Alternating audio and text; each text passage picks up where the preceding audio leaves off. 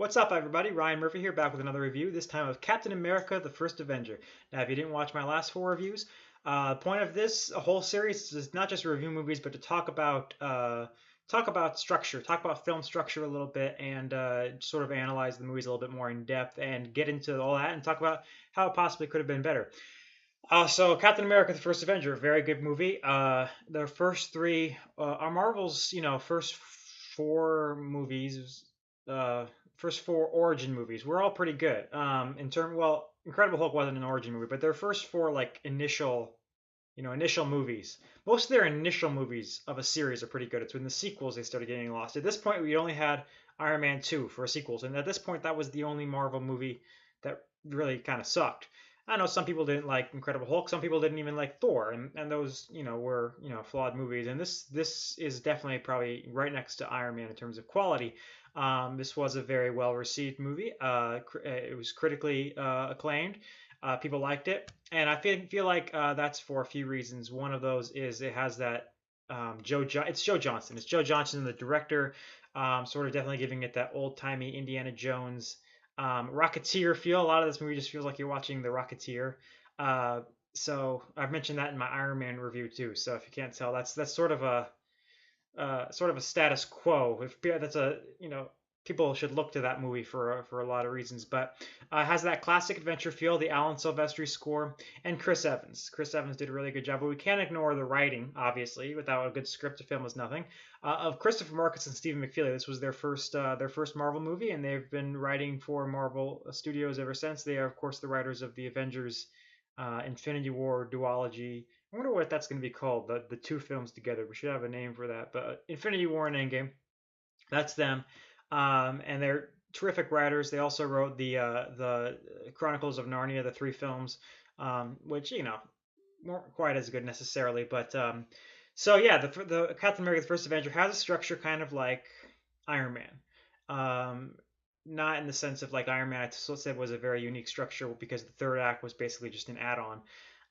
But because the hero doesn't become, the hero until about, well, in this case, only an hour into the movie, and they take their time setting it up, and there's just sort of some parallels in their lives. There's an enemy. There's an enemy like there's a place in the world, okay, where we have enemies. I want to tread very lightly saying this because with the Middle East, obviously those countries aren't necessarily our enemies, right? But there's a place in the world where there's a lot of hostility, and the sort of mentor who helps the hero become the hero is a person from one of those from that country, right? In this case, Germany, who is a great guy and becomes a mentor, and then he sort of guides the hero on that hero's journey. And in this case, yeah, I mean the whole setup, they really wrote it well. I mean, in the comics, it's well known that Steve Rogers, in the initial comic book, I think you just saw him. It was like, we have this experiment, we're going to inject on this guy. Here's our test subject, Steve Rogers, and that's his introduction. Whereas here, you get this whole hour of just what you get to know him, what kind of guy he is, and just what a good person he is, and how deserving he is of this. And they put in all those scenes like the where he takes down the flagpole, and no one else can climb up the flagpole. He's the only guy that thinks of just bringing it down another way. And then of course jumping on the grenade, all that sort of stuff. The writing between him and his love interest, Peggy Carter, being able to work a love interest into there the way they did. Sometimes you can't always work a love interest into there and make it where it doesn't feel forced. This felt very natural. Just again, you got to look at the intricacies. Remember, we talked about there's the A and the C, and then there's the B, and then there's the intricacies, which is the very specific stuff inside the film. Of like in this case, okay, he's gonna fall in love with this girl, so just look at each and every individual scene of how they're making that progress and why that's overall important to the story. The A and the C, I forgot to mention, is pretty obvious. It's Steve Rogers becomes a hero and foils a bad guy's plot. In the first hour is him becoming that hero, finally getting the injection, the doctor dying, so that they can't create any more Captain Americas.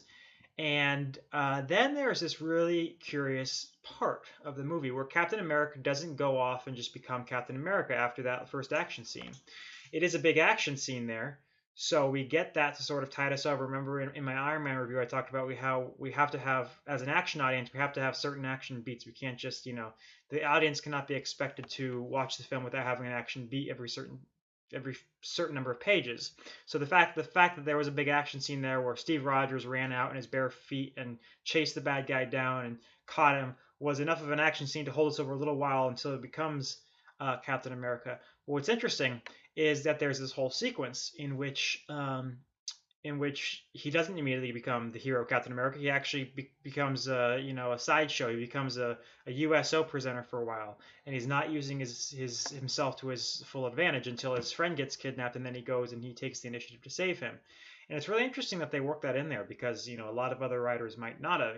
It's just more stuff before he ultimately has an action scene, but it works so well. And part of the reason it works is I just realized when I rewatched it with the little display on the bottom is that it only takes about 8 minutes, less than 8 minutes of screen time. Literally, like, hey, let's go do a USO. He goes does USO, and then Peggy Carter comes and talks to him, and then he finds out that Bucky is missing. That whole thing takes less than 8 minutes, so it's not a huge portion out of our movie. Plus, we just had an action scene, and it just helps move the character along. It makes it's just a little bit more character stuff on him. It's not just let's just double jump into more action scenes all of a sudden.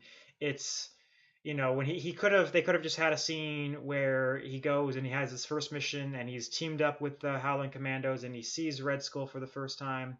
Maybe his first mission was to save Bucky, something like that. You still would have had to have had that initial action scene of him as Captain America in order to introduce the Red Skull, and just just sort of have a full-on action scene where he has something to do before you just go into like a montage of all the other action sequences. But they chose to have that in there, and it makes him take the initiative also, to become the hero, even though it is to save his friend. But he really defies orders to go save his friend and to do his thing, and it just works. And it gives him something to do. Like what otherwise would that whole individual action scene about that it be? What would it be about? They'd have to make something up, like, oh yeah, we think the Tesseract's at this location, go find it, and then he doesn't find it. In this case, it's let's go save Bucky. He saves some other prisoners. That's how he establishes his relationship with the Howling Commandos. It's how Bucky enters the fray. It just works so much better, and that's what I love about Marcus and McFeely. They're really good at those intricacies. They're really good at just making it work a little more. Obviously, Joss Whedon did do a rewrite on the script, an uncredited rewrite, so I don't know what he created in there, but once that happens, then we're on it. So that's our second major action scene.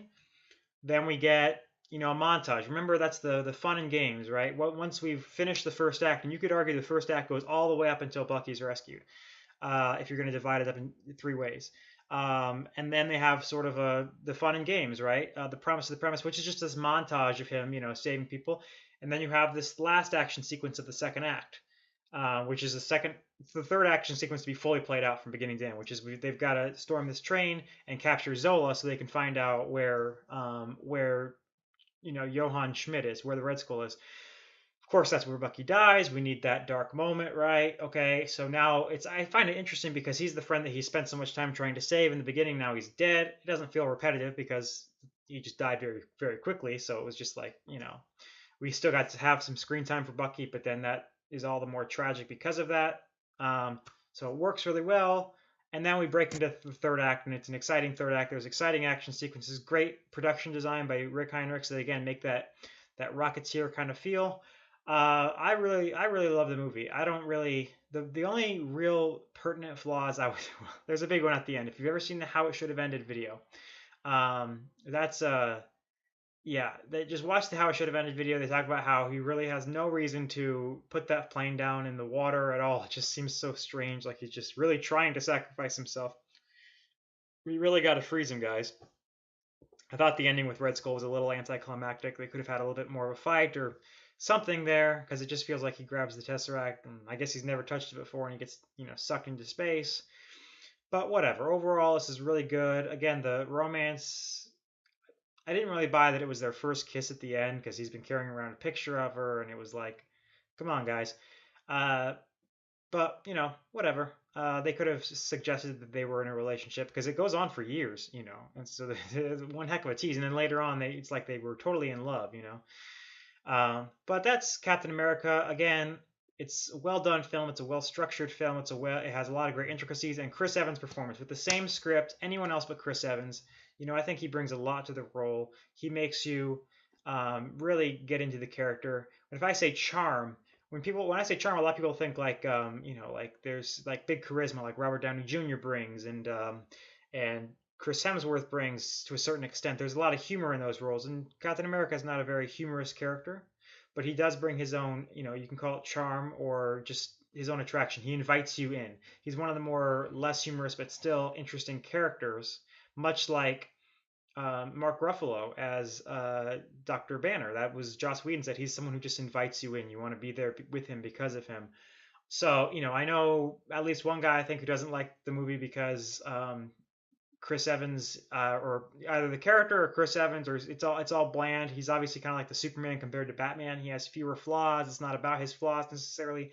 I still find him very enticing, and because of that, I find the movie very good. So that's my review of Captain America. I'll be back with my review of the Avengers. Thanks a lot for watching. I'll see you next time.